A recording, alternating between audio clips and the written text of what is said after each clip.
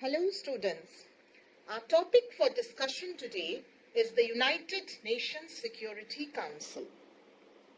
We had earlier discussed the United Nations General Assembly. Now the next most important organ of the UN, also the executive organ of the UN, is the Security Council. The Security Council is entrusted with the primary responsibility of the maintenance of international peace and security. And it is also described as the enforcement wing of the UN. Its services can be required at any point of time, which implies that the Security Council has to work continuously so that it can take immediate action in the event of a threat to international peace and security. Now, to begin with, we must first understand the composition of the Security Council. Article 23 deals with the composition and membership of the Security Council. The Security Council at present has a total membership of 15. While electing the members of the Council, the General Assembly has to keep in view the geographical considerations, and global representation must be ensured while granting membership. Now, out of the 15 members, which I have already mentioned, there are 5 permanent members. They are China, France, Russia, UK and USA. And there are 10 non-permanent members with 2-year terms each. Now, as far as the non-permanent members are concerned, 3 has to be from Africa, the African continent I mean, 2 must be from Asia, 2 from Latin America, 2 from Western Europe and others, and 1 from Eastern Europe. Now, keeping this in mind, at present, the 10 non-permanent members of the Security Council are Belgium, Côte d'Ivoire, Dominican Republic, Equatorial Guinea, Germany, Indonesia, Kuwait, Poland, Peru, and South Africa. Now, these non-permanent members are not eligible for immediate re-election. As far as the presiding officer or the president of the Security Council is concerned, that is not a very exceptional position because every member of the Council holds that position by alphabetical order for 1 month. By this, I mean, even the non-permanent members have a right to the presidency of the Security Council. And the Security Council has its own rules of procedure for selecting the president of the Council. Next, we come to the voting procedure of the Security Council. Now, this voting procedure has been stated in Article 27 of the UN Charter. Each member of the Council has 1 vote. That means 15 members of the Council with 15 votes. However, the 5 permanent members have the veto power which the non-permanent members do not have. Now, the veto power is a very powerful weapon in the hands of these permanent members if they do not want the Security Council to discuss any particular dispute or to pass a resolution on any particular matter concerning international peace and security.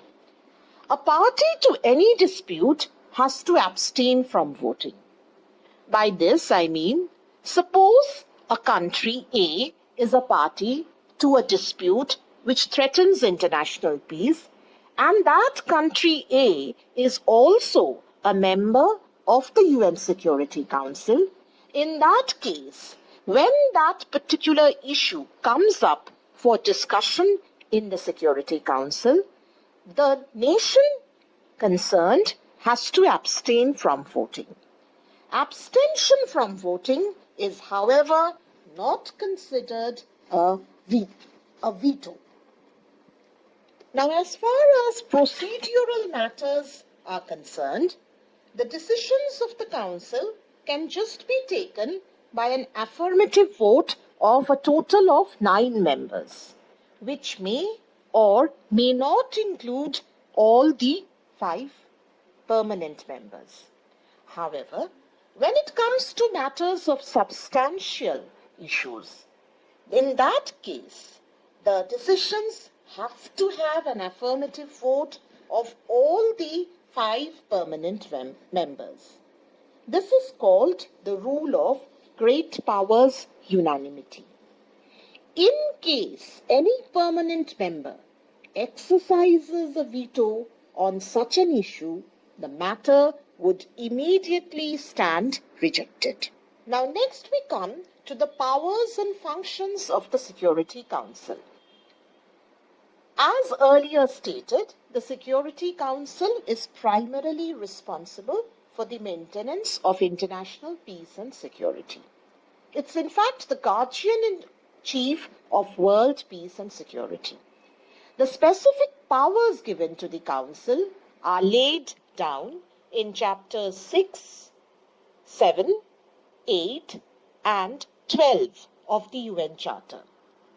Under Article 25 of the UN Charter, the members of the General Assembly, or the members of the UN, agree to accept and carry out the decisions of the Security Council. Now, the functions and powers of the Council can be categorized as such: deliberative powers, enforcement functions, electoral functions, and pacific settlement of disputes. Now, deliberative powers. Let's begin with that. What do we mean by the term deliberative powers? The deliberative functions would include discussion, investigation, and recommendation.